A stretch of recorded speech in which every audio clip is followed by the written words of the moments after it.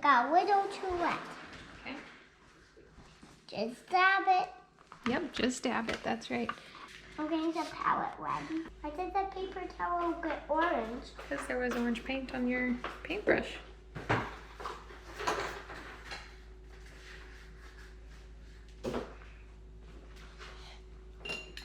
you want to see what color this makes?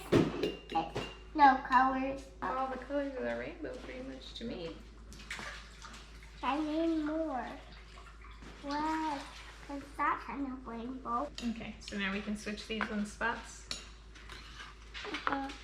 Okay, Mom make is sure. what my first sketchbook for me to paint on. This one is really way up. Yeah, it's very bright, isn't it? Mm-hmm.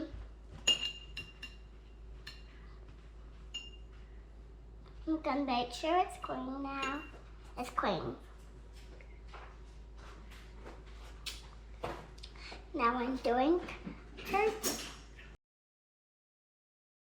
I'm doing my hair purple. Cool. Why am I doing my hair purple? Because you wanted to.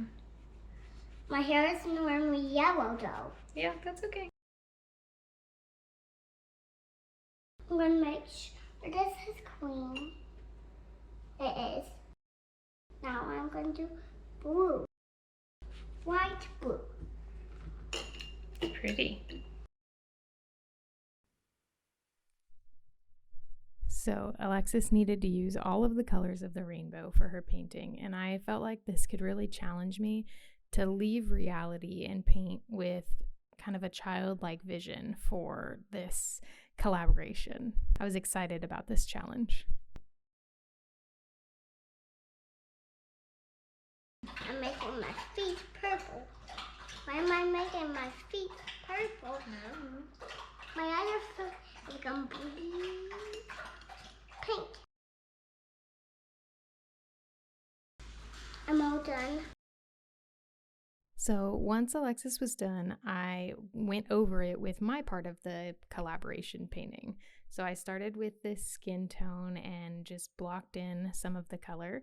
I did tone down the purple and pink feet a bit, but I did keep with those undertones that she chose, and I was just more focused on refining the shape and the shadows of the feet while still capturing her color choices.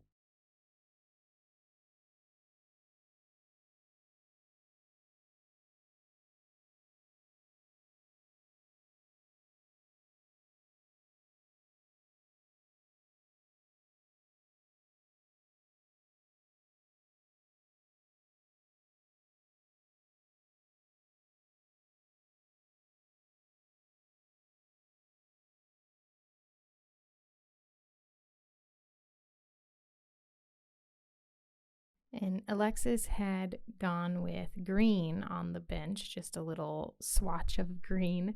So I went with that color choice and kind of went with a very warm yellowy green for the piano bench.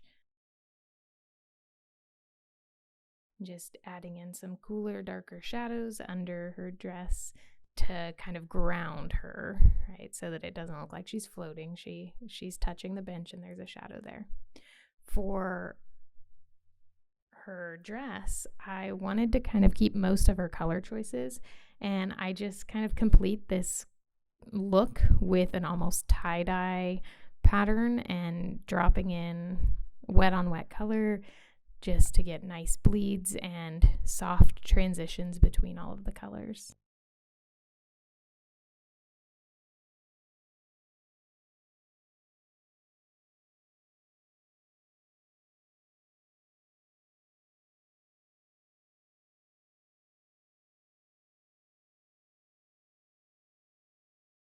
For the piano keys, I saw that she had chosen a variety of colors, so I went with a rainbow piano.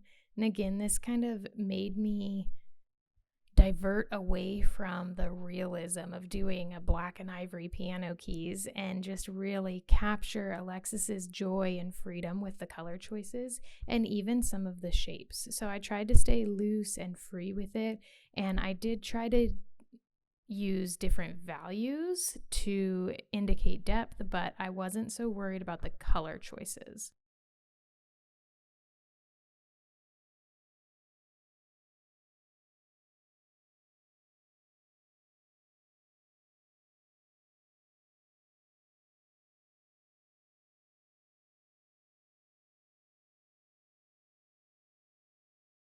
For the background of the piano, I wanted to keep it very simple and loose. There is a book on the stand, but I didn't really want to do a lot back there because I really wanted Alexis to actually be the focus of this painting.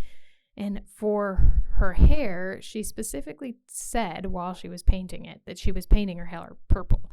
So I went with that choice as well and really just added the high and low lights in to her hair and just kind of shaping it a little bit.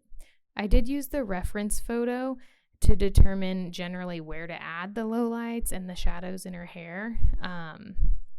But I did a lot of it just kind of by feeling it out also. So while the hair dries, I'm just going in and adding some more color into the dress. Watercolors fade a lot as they dry, so it wasn't as deep of a value as I was wanting, so just add some more in there. And then go back into her hair and add more purple. I don't actually have purple in my palette. I mix purple, so I use my rose color and just mix it with a variety. I have 3 different blues, so I kind of mix all of them together until I get what I want. I am not super precise about it, and I did want variety in the color tones as well. So by mixing the rose with the different temperatures of blue, that offers that variety that I was looking for.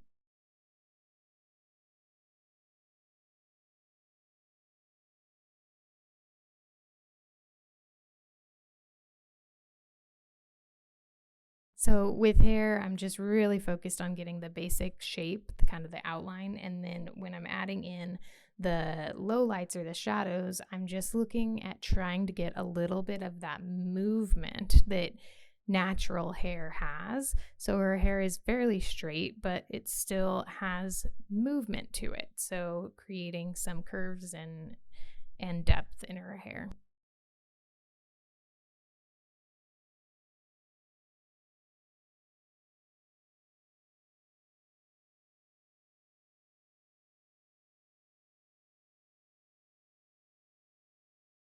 So then I just go and define her outline a little bit, where her shoulders are, give them some, again, that depth. So kind of put some shading around it to show that she is on this side of the piano. There's space between her and the piano. Then after I feel like the basic shapes are in, I go in with these brush pens. They're Faber-Castell brush pens, and I add different shades of gray. So this is my first time really using these brush pens. Actually, they are new, but I really liked the variety that I got with these. There are warm grays and cool grays, so I kind of chose the temperature based on the color or the temperature of the color that I was adding the shadow to. So for the warmer greens and kind of brown tones, I added more of the warm gray color, and then the cooler purples and blues, I added more of the cool gray brush pens, and I think it worked. I don't know. It was just kind of playing around with it, but it was really fun.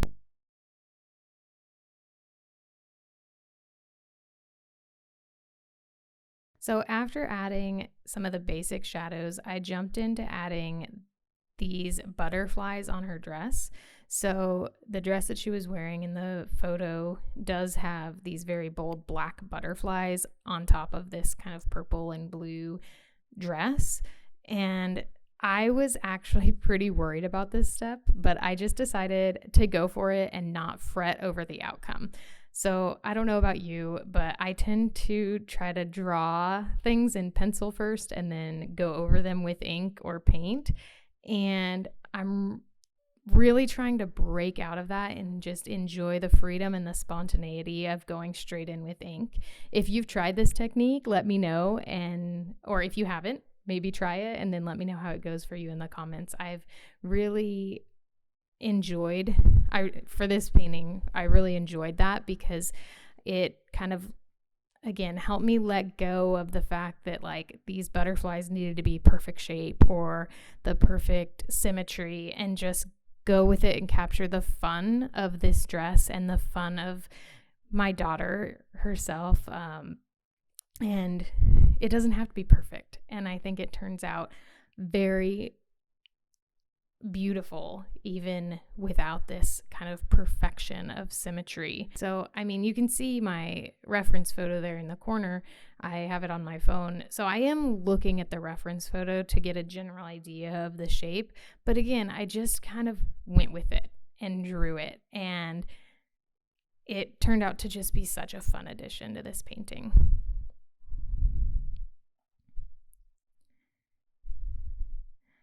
So just adding more shadows where I felt like there wasn't quite enough depth around kind of the edges of my daughter, around the edges of this book.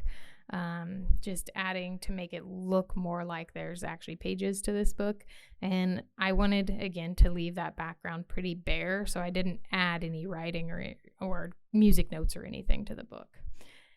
Then after I added the butterflies, I did feel like the color of the dress was not very saturated. So I added another wash of kind of a purplish color over the whole dress. And so you can see this previous layers underneath with the blues and the oranges and the purples, but this just bumped up the intensity level of the dress.